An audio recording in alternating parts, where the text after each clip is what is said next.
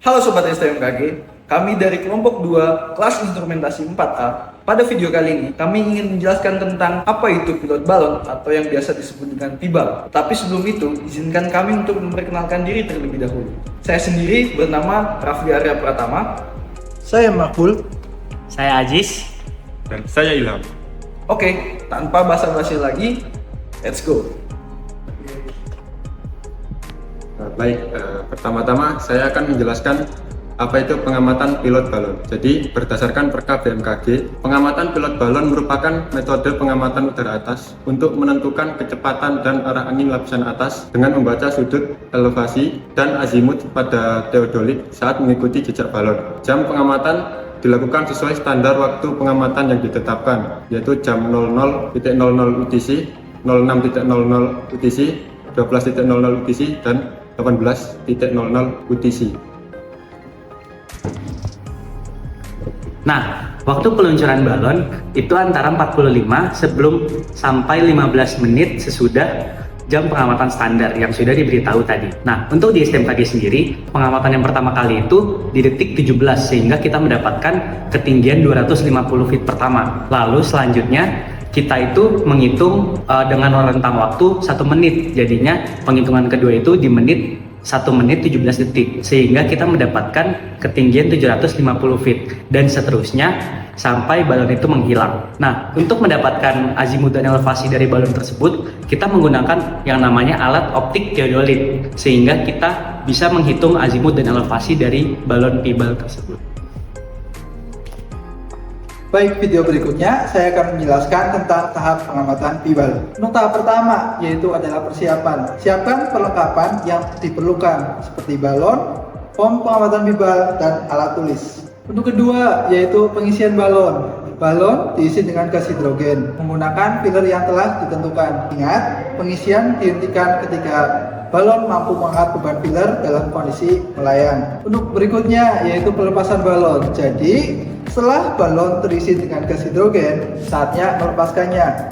Balon udara dilepas pada waktu yang telah ditetapkan. Biarkan balon itu mencapai ketinggian yang stabil. Untuk berikutnya adalah penggunaan teodolit. Teodolit digunakan untuk mengikuti balon. Arahkan teodolit ke balon yang telah terlihat di langit. Berikutnya, lakukan pembacaan pertama. Catat sudut elevasi dan azimut pada pom pengamatan yang telah disiapkan. Untuk berikutnya yaitu pengolahan data. Setelah pengamatan selesai, verifikasi dan olah data pengamatan tersebut. Pastikan data itu lengkap dan akurat sesuai format yang ditentukan. Selanjutnya, sandikan data pengamatan dan persiapkan untuk pengamatan ke CMSS. Pastikan data itu sesuai dengan persyaratan dan kirim melalui metode yang ditentukan. Bul. Nah, tapi gue denger-denger ada PIBAL malam juga ya? Oh, ada Pi. Nah, gimana tuh kalau PIBAL malam? Jadi PIBAL malam itu beda dengan pada PIBAL siang, di mana PIBAL malam itu terdapat komponen tambahan, yaitu ada lampion yang di lampion itu bisa berisi lilin ataupun LED. Untuk lebih jelasnya, mari kita tonton video berikut ini. Oke deh, let's go. Halo guys, selamat malam. Pada kesempatan kali ini ya, di belakang sana kan kita nih melakukan PIBAL malam. Apa sih bedanya PIBAL malam dan PIBAL siang? Jadi di sini ada Bapak dosen terkeceh kita, Pak Yosafat. Oke, selamat malam Pak. Selamat malam. Iya Pak, jadi kan ini kita lagi melakukan PIBAL malam. Kalau kemarin kan kita udah melakukan PIBAL siang. Apa sih bedanya PIBAL siang dan PIBAL malam Pak? Oke, pengamatan PIBAL siang dengan PIBAL malam tentu saja berbeda. Ya, PIBAL malam kita harus menggunakan senter, menggunakan lampion, menggunakan penerang, alat-alat penerang seperti lilin ataupun senter. Karena yang kita bidik ini adalah balon dengan lampion dan tentu saja yang akan kelihatan adalah lampionnya. Sedangkan untuk PIBAL siang itu ada kendalanya juga ya. Selain tegak lurus, kadang kita kena matahari, sinar matahari pasti lurus, itu juga akan terkendali. Namun sebenarnya yang lebih representatif untuk pengamatan PIBAL itu pagi. Saat pagi hari itu lebih nyaman karena awan itu belum terbentuk ya. Jadi dari masing-masing kegiatan ini tentunya punya kendala atau kesulitan masing-masing. Masing-masing, ya. Mungkin itu aja ya Pak. Iya. Terima kasih banyak Pak atas Sama-sama. penjelasannya. Semoga bermanfaat bagi teman-teman yang ada. Selanjutnya kita akan berlanjut ke video terkait penjelasan tentang bagian-bagian yang ada pada optik teodolit. Sekaligus pembacaannya nih.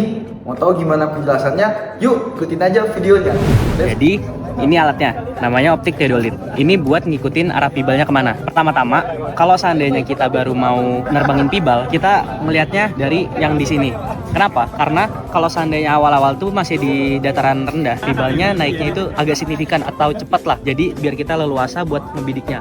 Di sini ada lubang dan di sini kayak ada dotnya gitulah. Nah, kita itu bakal ngefokusin ke dotnya. Abis itu, kalau seandainya pibalnya udah agak tinggi, kita pakai lensa yang panjang. Di sini ada bagian buat nge-switch antara lensa yang panjang dan yang pendek. Nah, dari lensa ini kita ngelihat di bagian ini. Ini buat ngelihat hasil pancaran sinar dari optiknya. Lalu buat ngitung azimut dan elevasinya, itu di sini ada yang buat ngitung azimutnya. Ini bisa ditutup juga. Untuk yang elevasinya itu ada di sini.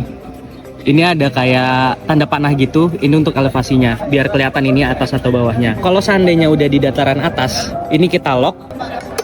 Kalau seandainya udah di lock, pibalnya nggak gampang buat goyang. Dan untuk ngebidiknya, buat sumbu X sama sumbu Y-nya atau azimut dan elevasinya, kita putar-putar.